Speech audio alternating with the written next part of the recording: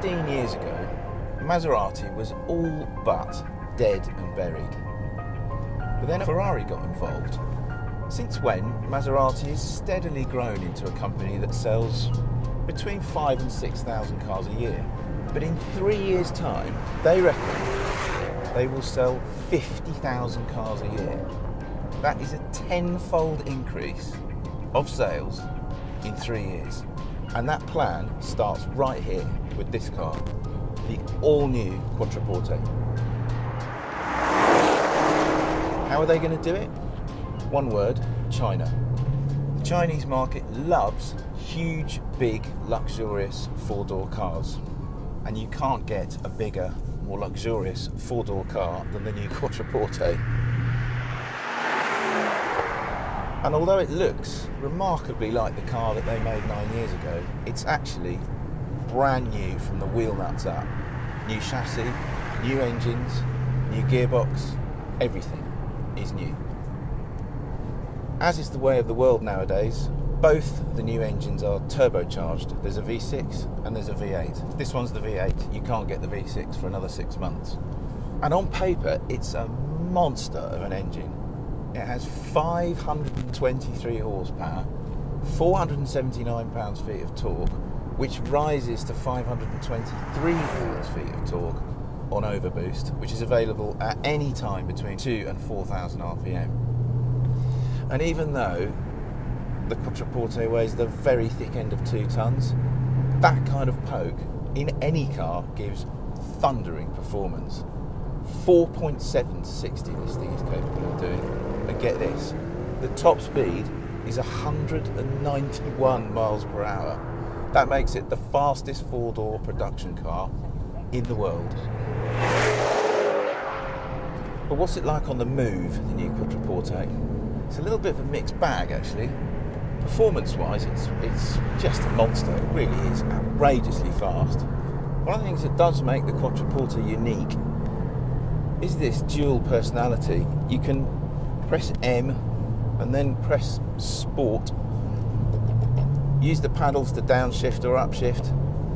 The suspension firms up, the gear changes get quicker, the throttle response gets keener, and all of a sudden you think you're in some kind of an M5 rival. It really is that potent, that kind of energetic as a personality, if and when you press all the right buttons.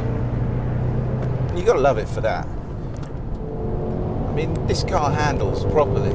You can throw it around as if it was something that weighed 1,500 kilograms, especially if you turn the traction control off. Although, really, do you ever want to turn the traction control off and start going sideways in a limousine through the middle of Beijing? But that's a Maserati for you, they say.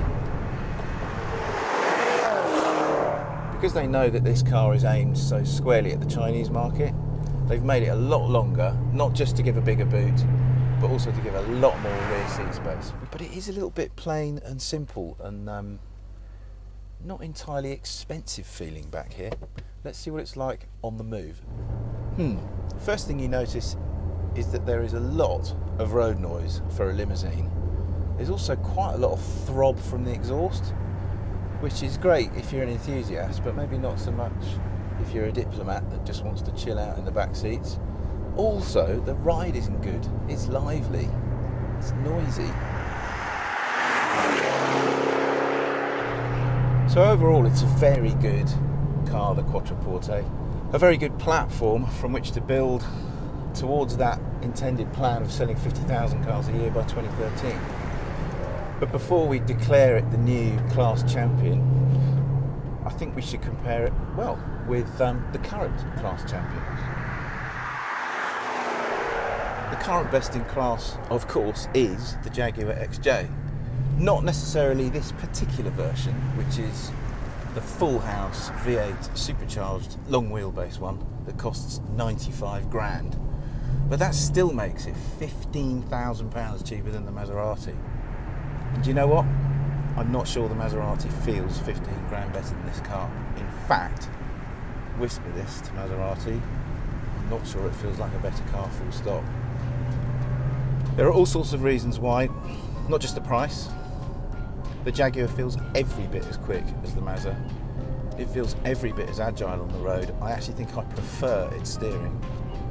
But by far and away more important than any of that is the Jaguar's ride. It rides properly, like a proper limo should. The Maserati doesn't, and I think they've made a bit of a mistake with it from that point of view. The Maserati just feels too sporting, even in isolation, but when you put it against this, which just wafts along the road beautifully, I don't know, the Quattroporte even start to feel slightly neurotic. So, overall conclusion, Maserati, great car, but not quite as good as it gets. Not yet, anyway.